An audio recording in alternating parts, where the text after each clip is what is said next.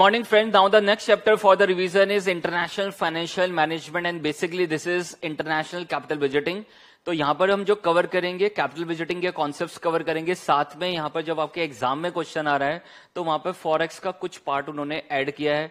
This is simply calculation of forwarded using swap points, using interest rate parity theory, purchasing power parity theory.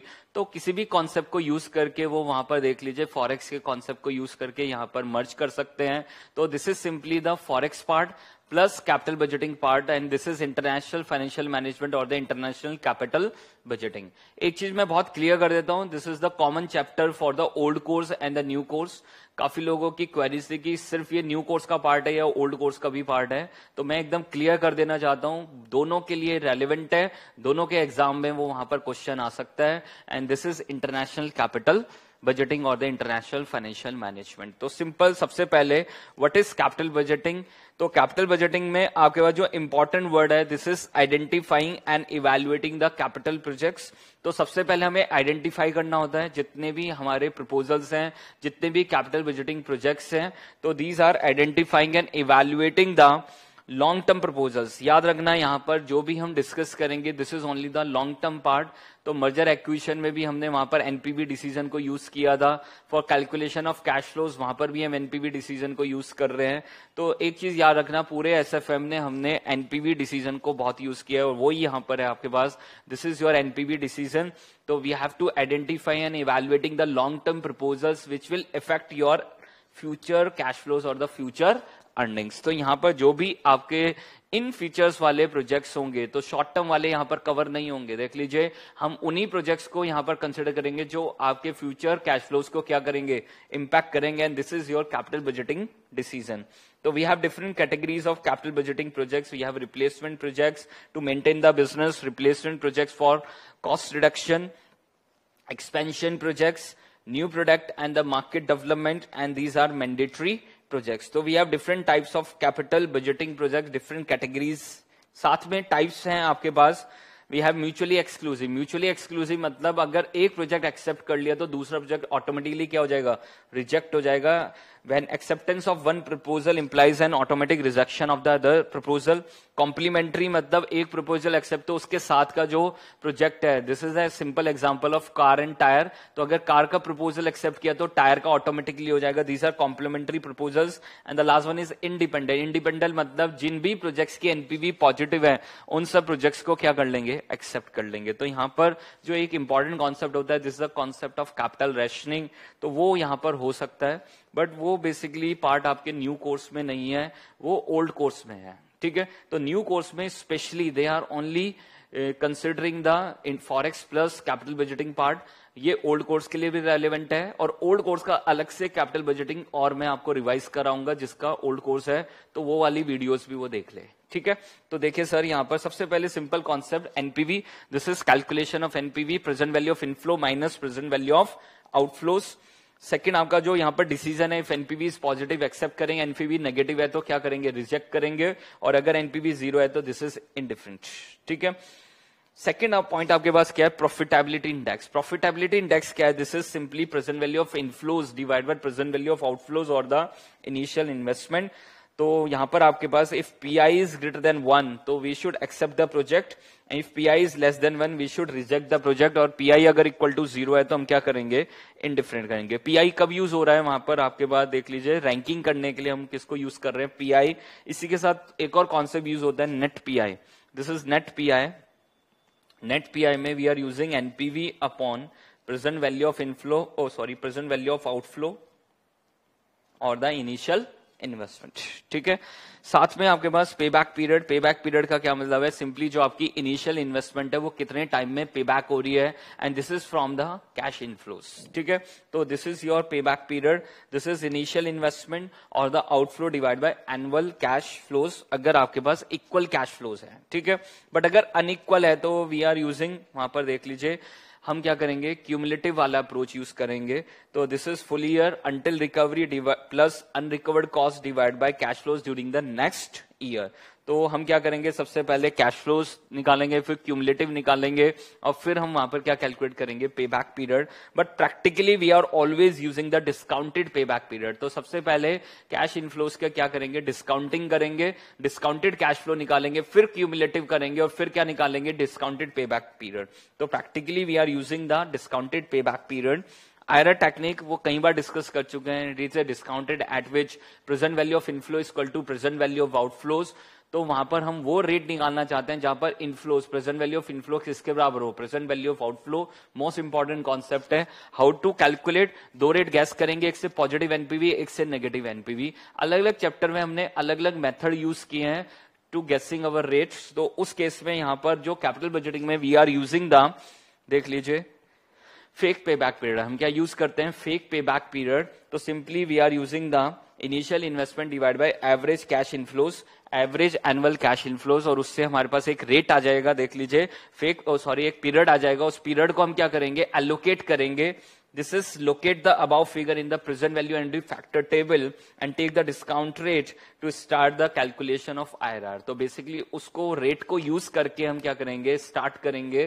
तो this is our fake pay back period. और एक बार मेरे पास पहला rate आ गया, उससे हम अगला रेट गैस करेंगे, and then we have to interpolate lower rate plus lower rate NPV divide by lower rate NPV minus higher rate NPV into difference in rate, and this is your calculation of IRR. Now the next concept, this is your net PI, already discuss कर चुके हैं, NPV divide by initial investment और the present value of outflows. अब देखो यहाँ पर जो सबसे मोस्ट इंपॉर्टेंट है, and this is calculation of NPV.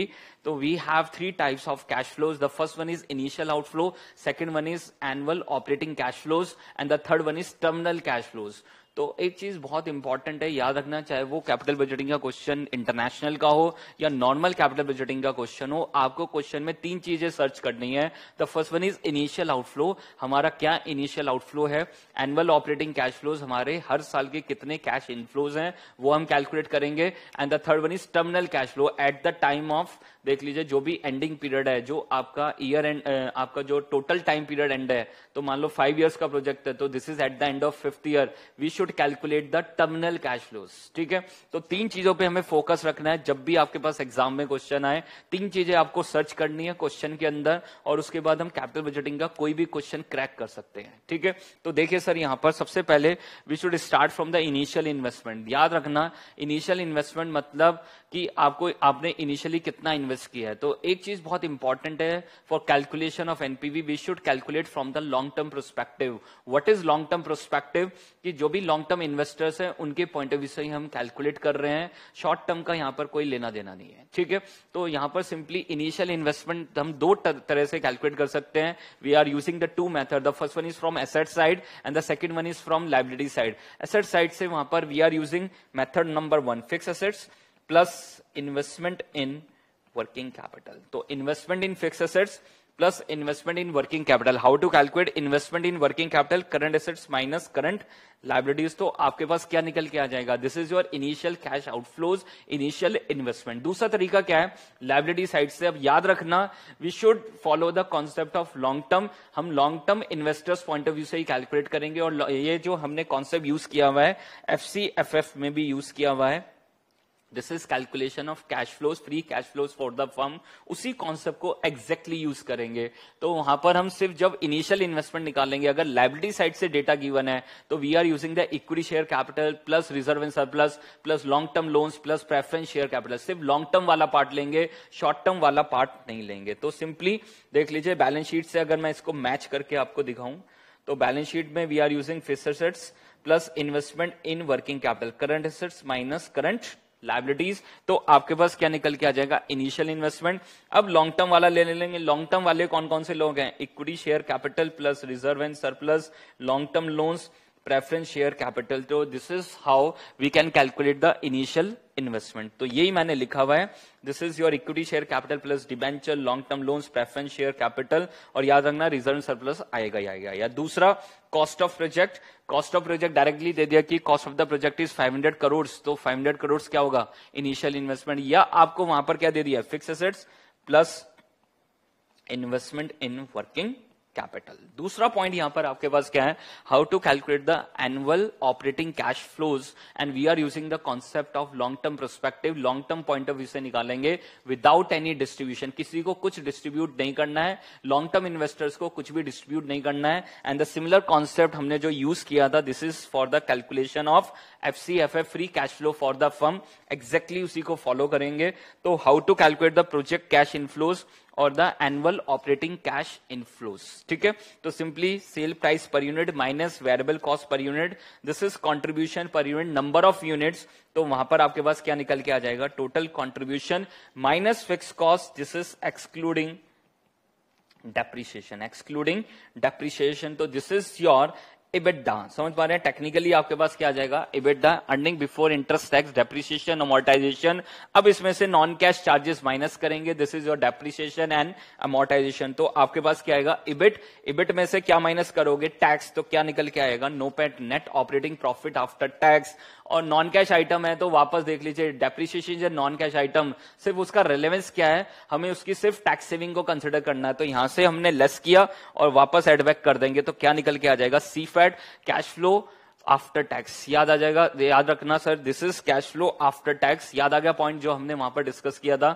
दो पॉइंट हमने और वहां पर एड माइनस किए थे, minus investment in fix assets, investment in fix assets. उस साल अगर कोई फिक्स एसेट्स में कोई एक्स्ट्रा आपने इन्वेस्टमेंट किया है तो वो और माइनस करेंगे, minus investment in working capital, वो भी क्या करेंगे, माइनस करेंगे। या रिलीज ऑफ वर्किंग कैपिटल है तो वो क्या करेंगे, ऐड करेंगे। बट उस तरह की एडजस्टमेंट यहाँ कैपिटल बजटिंग में नहीं है, बट अगर है तो वहां पर भी हम करेंगे।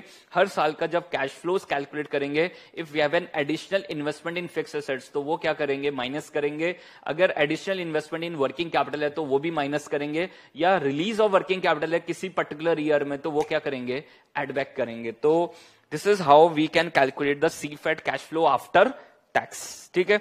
लास्ट में थर्ड पॉइंट आपके पास क्या आएगा, this is your terminal cash flows and how to calculate terminal cash flows. तो हमने फिक्स एसेट्स ली थी, अब लास्ट में उसमें कुछ पार्ट बचेगा, तो this is salvage value adjusted for tax. साथ में आपके पास वर्किंग कैपिटल जो हमने इन्फ्यूज किया तो एग्जैक्टली वो हमें वापस मिलेगी, and this is your release of working capital. तो दो मेन आइटम आपके पास आएंगे, this is salvage value adjusted for tax and the second one is this is your release of working capital, and this is at the end of the project life, ठीक है।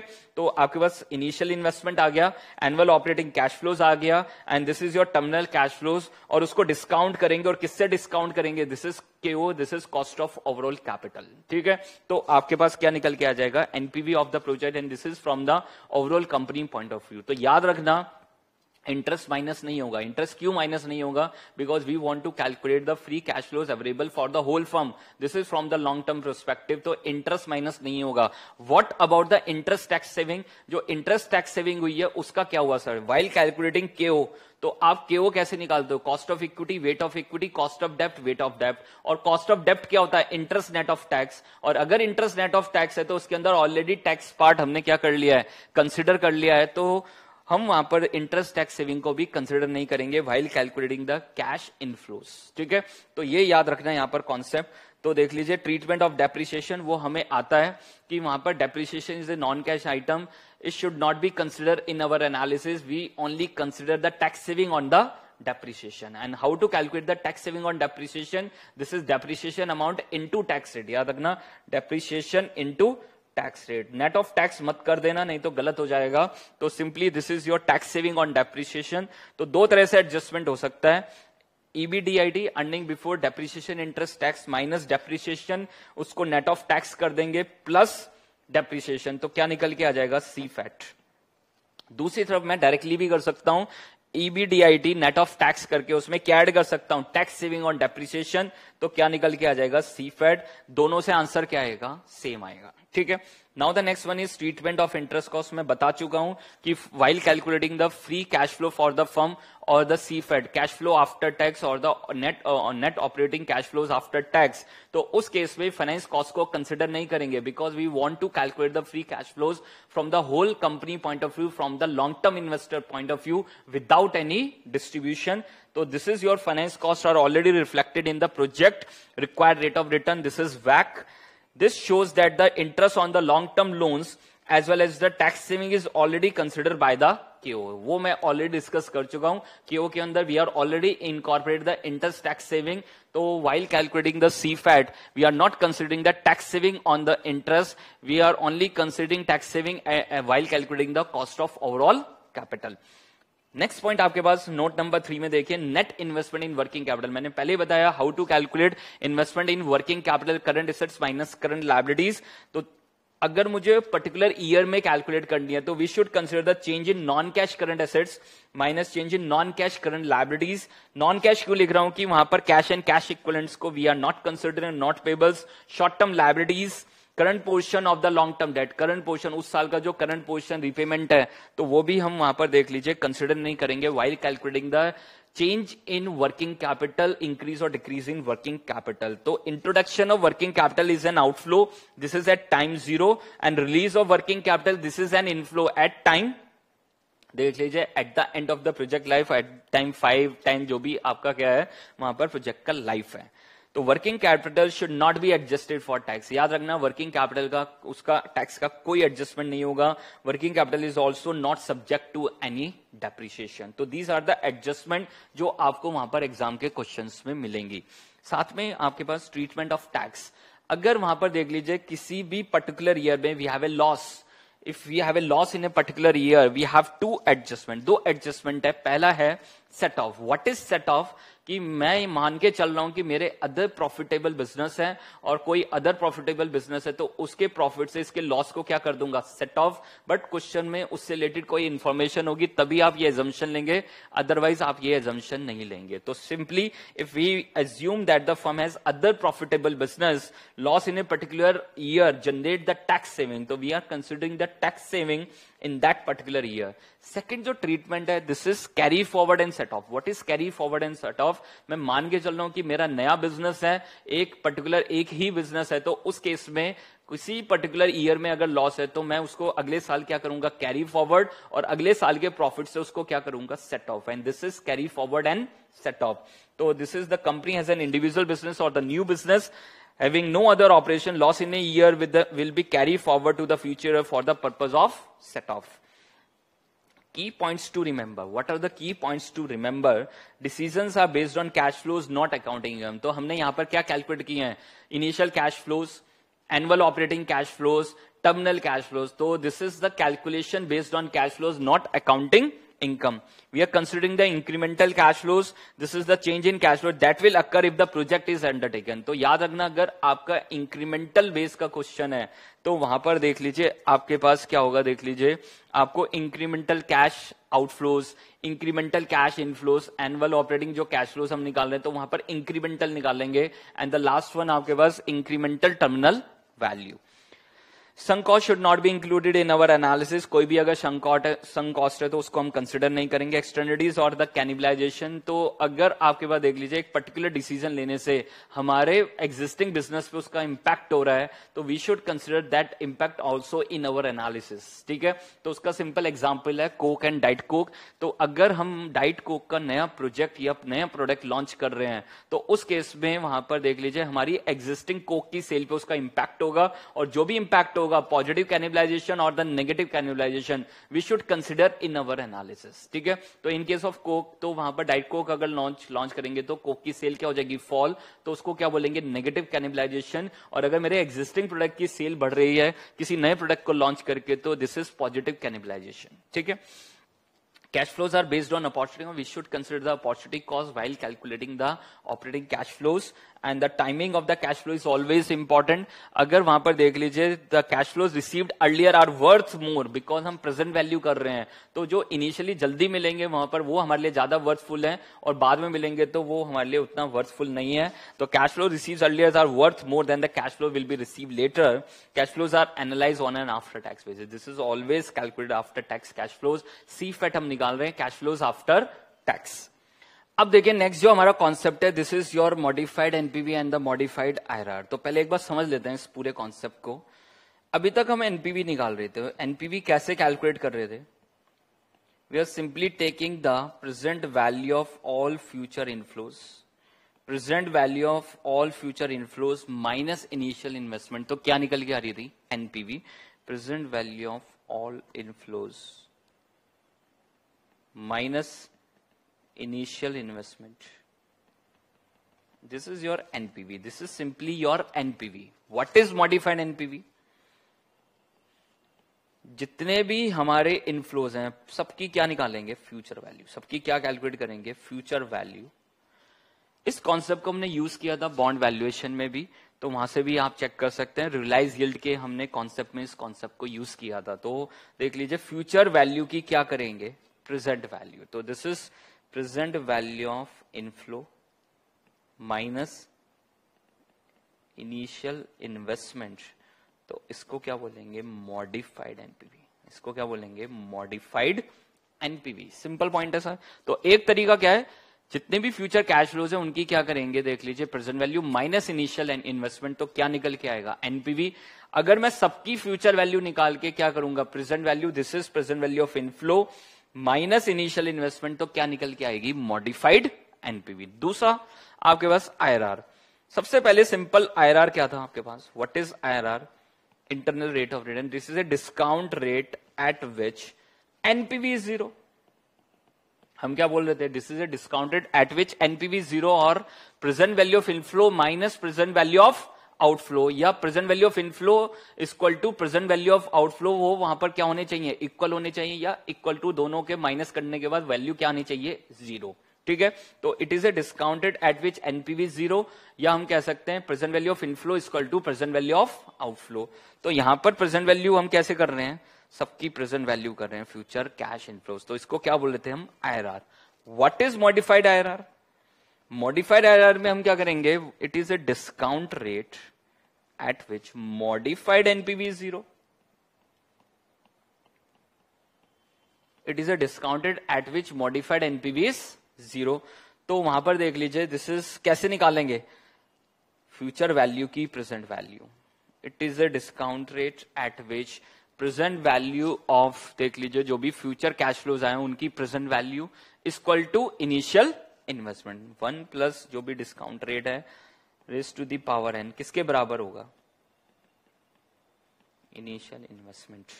तो यहां पर हम किसको solve कर लेंगे? इस डिस्काउंट रेट को यूज सॉल्व कर लेंगे and this is called modified IRR. इसको क्या बोलेंगे? Modified IRR. तो देख लीजिए सर एक बार, ये पूरा कॉन्सेप्ट है आपके पास. This is the concept of modified IRR. When the cost of capital और the reinvestment rate are separately given, then the calculate modified NPV and modified IRR, and it is a discounted attribute. Modified NPV is zero. So this is your terminal value या future value. Basically terminal value is basically your future value. उसका discount rate, discounting करेंगे minus present value of outflow. तो वो क्या निकल के आएगी? Modified NPV. और दोनों को इक्वल रख देंगे और उससे रेट कैलकुलेट करेंगे तो उसको क्या बोलेंगे? Modified IRR. तो हमारे एग्जाम में 2 बार इस पे क्वेश्चन आ चुका है. तो देख लीजिए आपके पास this is the concept of modified NPV and modified IRR. Now the next adjustment is inflation under capital budgeting. Popular adjustment है. 8 to 10 मार्क्स का क्वेश्चन यहां से मोस्ट एक्सपेक्टेड है एंड दिस इज फॉर नवंबर 19. नवंबर 19 में यहां से आपके पास क्वेश्चन आना 100% चांस है कि वहां से क्वेश्चन आएगा. ठीक है. अब वो डायरेक्ट पूरा क्वेश्चन आए या वहां पर पूरा कॉन्सेप्ट चेक करें वो अलग बात है, बट यहां से क्वेश्चन आने की एक्सपेक्टेशन बहुत हाई है. तो देख लीजिए inflation under capital budgeting.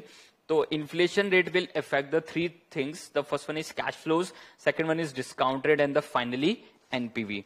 Cash flows आपके पास 2 तरह के होते हैं. We have 2 types of cash flows. We have real cash flows and we have nominal cash flows और the money cash flows. Real cash flows का मतलब क्या है? It excludes inflation. And nominal cash flow का क्या मतलब? It includes inflation. तो this is the conversion of real cash flows into the money cash flows and vice versa. अब यहां पर एक इंपॉर्टेंट चीज आपको फॉलो करनी है. आपको पैरिटी फॉलो करनी है. अगर सब कुछ रियल है तो वहां पर देख लीजिए हम वहां पर एनपीवी कैलकुलेट कर पाएंगे. अगर सब कुछ नॉमिनल है तभी हम एनपीवी कैलकुलेट कर पाएंगे. तो अगर क्वेश्चन में आपके पास पैरिटी मेंटेन नहीं है तो उस केस में हम कन्वर्जन करेंगे. If we have real cash flows but discount rate वहां पर रियल नहीं है, नॉमिनल है, तो पहले हम पैरिटी वहां पर मेंटेन करेंगे और उसके बाद हम वहां पर देख लीजिए एनपीवी कैलकुलेट करेंगे. तो ये यहां पर आपको ध्यान रखना इंपॉर्टेंट कॉन्सेप्ट है. तो देख लीजिए we have money cash flows, मैंने अभी बताया कि वहां पर इन्फ्लेशन की एडजस्टमेंट है और रियल कैश फ्लोज वहां पर इन्फ्लेशन की एडजस्टमेंट नहीं है। तो money cash flows equal to real cash flow 1 plus inflation raise to the power N, और the real cash flows equal to money cash flows divide by 1 plus inflation raise to the power N. Second point आपके पास क्या है, discount rate, and we have two types of discount rate, real discount rate and the nominal discount rate. It excludes inflation, it includes inflation. तो ये आपके पास देख लीजिए, this is your real discount rate and the nominal discount rate, it exclude inflation, it includes inflation. अब मुझे conversion करना है, मुझे रियल से नॉमिनल पे जाना है, नॉमिनल से रियल पे जाना है, तो यहां पर we are using the Fisher's effect, ठीक है।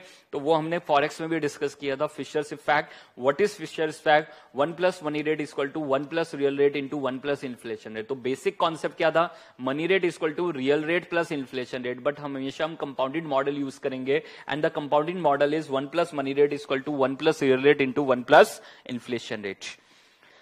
फाइनली एनपीवी, तो पैरिटी मेंटेन करना है, रियल कैश फ्लोज है, रियल डिस्काउंटेड होना चाहिए तब एनपीवी निकालेंगे, मनी कैश फ्लोज है, मनी डिस्काउंटेड होना चाहिए तब एनपीवी निकालेंगे। तो एनपीवी और द प्रेजेंट वैल्यू में either be calculated by discounting the real cash flows with the real discount rate and by discounting the money cash flows with the money discount rate, we should follow the parity. Answer in both the case will be the same, दोनों से answer क्या आएगा, same आएगा। Depreciation is not affected, तो एक adjustment है, एक बार exam में क्वेश्चन भी आ चुका है, इंपॉर्टेंट एडजस्टमेंट है। डेप्रिशिएशन पे कोई भी इन्फ्लेशन का इंपैक्ट नहीं होगा, because depreciation is calculating on the base value, जो बेस वैल्यू है उससे कैलकुलेट करते हैं। This is your book value of the asset, not the market value. तो depreciation is not affected by the inflation rate, as depreciation is charge on the book value of the asset, not the market value. Now the next concept sir, next important concept है, और इस बार अभी मई के exam में भी इसको उन्होंने test किया है, and this is the concept of overall beta, asset beta, project beta and the firm beta. तो एक बार यहां पर ये दो सिचुएशन हम समझ लेते हैं, और उसके बाद इस कॉन्सेप्ट में कुछ नहीं है, बड़ा सिंपल कॉन्सेप्ट है सर, ध्यान से देखिए sir. Situation 1, balance sheet, 100% equity firm. अगर 100% इक्विटी फर्म है तो यहां पर सिर्फ क्या आएगा, इक्विटी, मान लो 1000। अब मैंने 1000 रुपीज ले लिया इक्विटी से, अब मैं लगाऊंगा कहां पर, डिफरेंट एसेट्स में। We have land and building, plant and machinery, furnitures and fixtures, stock, cash and bank, 1000। This is your balance sheet in case of 100% equity firm. तो ध्यान से देखना सर, रिस्क ऑफ इक्विटी किसके बराबर होगा, risk of assets. Risk of equity किसके बराबर होगा, रिस्क ऑफ एसेट, और यहां पर रिस्क कैलकुलेट करने के लिए वी आर यूजिंग बीटा, तो बीटा इक्विटी किसके बराबर होगा, beta assets equal to beta overall. This is the conclusion, most important conclusion है for the 100% equity firm. Beta equity equal to beta assets equal to beta overall. If beta equity is 1.5 तो beta assets भी कितना होगा, 1.5, and beta overall भी क्या होगा, 1.5, and this is the first conclusion. याद रखना, ये कंक्लूजन पता होंगे तभी इस कॉन्सेप्ट को सही से अप्लाई कर पाओगे, ठीक है। तो सबसे पहले हमने डिस्कस किया, this is for 100% equity firm. अगर 100% इक्विटी फर्म है तो उस केस में beta equity, beta assets, beta overall सब कुछ क्या रहेगा, सेम रहेगा। तो इस फर्म को क्या बोलते हैं, this is your unlevered firm. इसको क्या बोलेंगे, अनलीवर्ड फर्म। तो beta unlevered, beta equity, beta assets, beta overall सब कुछ क्या रहेगा, सेम रहेगा in case of 100% equity firm. Now the second point, this is equity plus डेब्ट फर्म। ध्यान से देखना sir, balance sheet, we have equity plus डेब्ट फर्म। तो यहां पर इक्विटी आ गई प्लस डेब्ट आ गया, 600, 400, टोटल कितना आपके पास, 1000। अब ध्यान से सुनना मेरा पॉइंट, एसेट्स तो क्या रहेंगी, सेम ही रहेंगी सर। ऐसा तो नहीं है कि आपने वहां पर डेब्ट प्लस इक्विटी ले लिया तो आप कोई पर्टिकुलर एसेट नहीं परचेज करेंगे, एसेट्स तो वही सेम रहेंगी, बस आप वहां पर सोर्स ऑफ कैपिटल क्या कर रहे हैं, चेंज कर रहे हैं। वही लैंड एंड बिल्डिंग, वही प्लांट एंड मशीनरी, वही furnitures and fixtures, stock and cash and bank and again the total is 1000। तो इसका मतलब आप पैसा कहीं से भी ले, देख लीजिए, your assets will remain same. आपकी एसेट्स क्या रहेंगी? सेम रहेंगी। Your operating profit will remain same. याद रखना, आपका ऑपरेटिंग प्रॉफिट हमेशा क्या रहेगा? सेम रहेगा। वेदर आप 100% इक्विटी करें या वहां पर डेट प्लस इक्विटी करें, whether you are a levered firm और एन अनलीवर्ड फर्म, आप लीवर्ड फर्म हो या अनलीवर्ड फर्म हो, total assets will remain same. याद रखना, आपकी टोटल एसेट्स क्या रहेंगी? सेम रहेंगी। Your operating profit will remain same. तो ध्यान से देखना sir concept, beta equity plus देख लीजिए बीटा डेप्ट किसके बराबर रहेगा? या हम इसको ऐसे लिख सकते हैं, total risk of equity plus डेप्ट equal to total risk of assets. Total risk of equity plus डेप्ट किसके बराबर रहेगा? Total risk of asset. और रिस्क को कैलकुलेट करने के लिए we are using the beta. अब वहां पर देखना पड़ेगा इक्विटी का कितना प्रपोर्शन और डेप्ट का कितना प्रपोर्शन है। तो beta equity into proportion of equity plus beta dept into proportion of dept, proportion of dept, dept upon equity plus डेप्ट। तो किसके बराबर रहेगा? Beta of assets. तो एसेट्स हमेशा क्या रहेंगी? सेम रहेंगी, weather it is a levered firm और अनलीवर्ड फर्म। तो इसका फाइनल कंक्लूजन क्या निकला? Beta overall. बीटा ओवरऑल देख लीजिए क्या रहेगा? Same, whether it is a levered firm और unlevered firm equal to beta of levered firm equal to beta of unlevered firm. ठीक है, तो दिस इज द कंक्लूजन। यहां पर ये बहुत इंपॉर्टेंट कंक्लूजन है कि यहां पर देख लीजिए, with the change in capital structure, याद रखना, with the change in capital structure, beta equity और beta debt may change with the change in capital structure, but our beta assets, beta overall, beta of levered firm, beta of unlevered will remain same। ठीक है, तो ये दो main conclusions हैं जो आपको follow करने इस पूरे कॉन्सेप्ट में, और तभी आप वहां पर आगे मूव कर पाएंगे। तो एक बार देख लीजिए, this is your overall beta, asset beta, firm beta and the project beta. सबका मतलब एक ही है, सिर्फ आपको समझना है। तो this is for 100% equity firm, unlevered firm, beta equity equal to beta assets equal to beta overall, debt plus equity firm, and this is a levered firm, beta of levered firm equal to beta of unlevered firm, beta overall और beta assets क्या रहेंगे? Same रहेंगे। क्या change होगा? With the change in capital structure, beta equity और beta डेप्ट। तो ध्यान से देखना कंक्लूजन्स क्या है। Overall beta of the companies belonging to the same sector और the industry always remain the same. तो this is the assumption taken by the MM. तो this is the model given by the MM, और उन्होंने कहा कि overall beta हमेशा क्या रहेगा? सेम रहेगा। हम मानेंगे कि एक पर्टिकुलर सेक्टर में वो बीटा, ओवरऑल बीटा क्या रहेगा? सेम। इक्विटी बीटा और डेट बीटा में change with the change in the capital structure. Overall beta of the project can't be change with the change in the capital structure of a particular company. तो overall beta हमेशा क्या रहेगा? Same रहेगा। According to MM, the change in capital structure doesn't change the overall beta. Capital structure के change होने से overall beta change नहीं होगा। अब यहां पर एक छोटी सी एडजस्टमेंट है, जो हमारा फाइनल मॉडल था। फाइनल मॉडल हमारा क्या था? देख लीजिए, beta equity into equity upon equity plus dept plus beta dept into dept upon equity plus dept, and this is your beta overall. एक ही कॉन्सेप्ट को यूज करना, बस इसी इक्वेशन को यूज करना है। अब यहां पर दो एडजस्टमेंट है। पहली एडजस्टमेंट वो कह रहे हैं कि डेप्ट इज एज्यूम टू बी, देख लीजिए, द बीटा डेप्ट इज जीरो, बिकॉज हम क्या मान के चल रहे हैं? डेप्ट is assume to be risk free. डेप्ट आपके पास क्या है? रिस्क फ्री है, और रिस्क फ्री है तो उसका बीटा क्या होगा? जीरो होगा। तो ये पूरा पार्ट आपका क्या हो जाएगा? जीरो। दूसरा पॉइंट वो क्या कह रहे हैं, देख लीजिए, कि वहां पर देख लीजिए डेप्ट वहां पर क्या है? This is it generate tax savings. तो डेप्ट को क्या लेंगे? Net of tax. डेप्ट को क्या लेंगे? Net of tax. तो फाइनल मॉडल मेरे पास क्या आ गया? देख लीजिए, beta equity into equity upon equity plus डेप्ट net of tax plus beta डेप्ट, और उसको हम क्या मान रहे हैं? जीरो।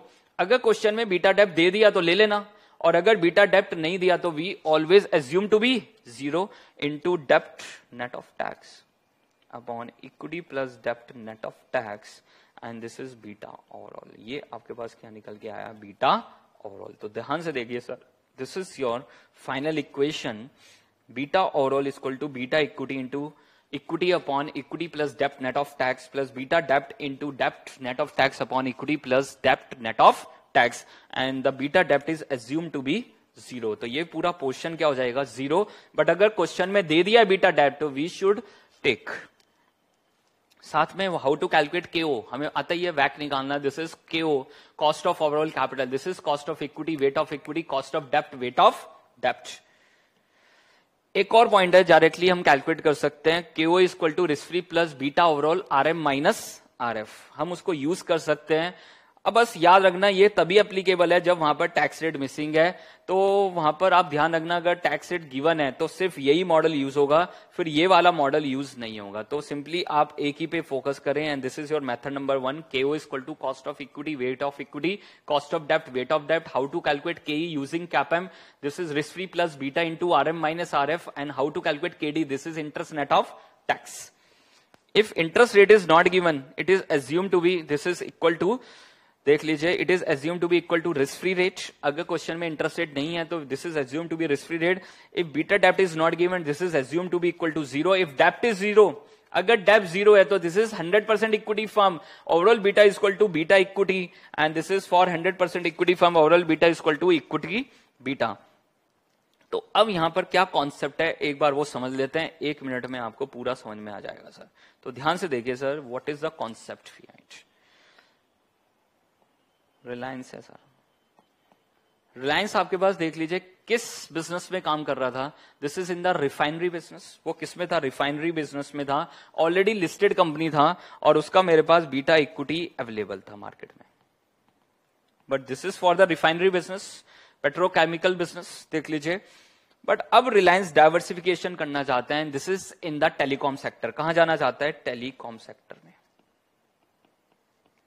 और अगर वो टेलीकॉम सेक्टर में जाना चाहता है तो उस केस में वहां पर वो उस प्रोजेक्ट की क्या निकालेगा, एनपीवी। और एनपीवी निकालने के लिए वो क्या करेगा, present value of inflow minus initial investment, यही करेगा सर। और प्रेजेंट वैल्यू निकालने के लिए वो क्या करेगा सर, आपके पास देख लीजिए, उसको क्या चाहिए, discount rate, and the discount rate is केओ। हाउ टू कैलकुलेट केओ, cost of equity, weight of equity, cost of dept, weight of डेप्ट। और केई कैसे निकालेगा sir, risk free plus beta equity RM minus RF. तो ध्यान से देखना सर, अब उसको बीटा इक्विटी चाहिए, क्या वो रिलायंस का बीटा इक्विटी यूज कर सकता है सर। ऑलरेडी जो रिफाइनरी बिजनेस चल रहा है क्या उसका बीटा इक्विटी यूज कर सकता है सर, नहीं कर सकता है सर, बिकॉज वो कौन से बिजनेस का है, रिफाइनरी बिजनेस का है। उसको तो किस बिजनेस का चाहिए, टेलीकॉम सेक्टर का, बट वो तो अभी उसकी कोई एग्जिस्टेंस नहीं थी, तो वो कहां जाएगा सर, कंपैरेबल पे। और वो उसने किसको ढूंढा, एयरटेल। एयरटेल का स्पेसिफिक बिजनेस है, देख लीजिए टेलीकॉम सेक्टर में वो काम कर रहे हैं एयरटेल। तो एयरटेल ऑलरेडी लिस्टेड कंपनी है सर। अब ध्यान से समझना सर ये पॉइंट, एयरटेल आपके पास लिस्टेड कंपनी है, उसका मेरे पास बीटा इक्विटी अवेलेबल होगा, साथ में मेरे पास उसका कैपिटल स्ट्रक्चर अवेलेबल होगा।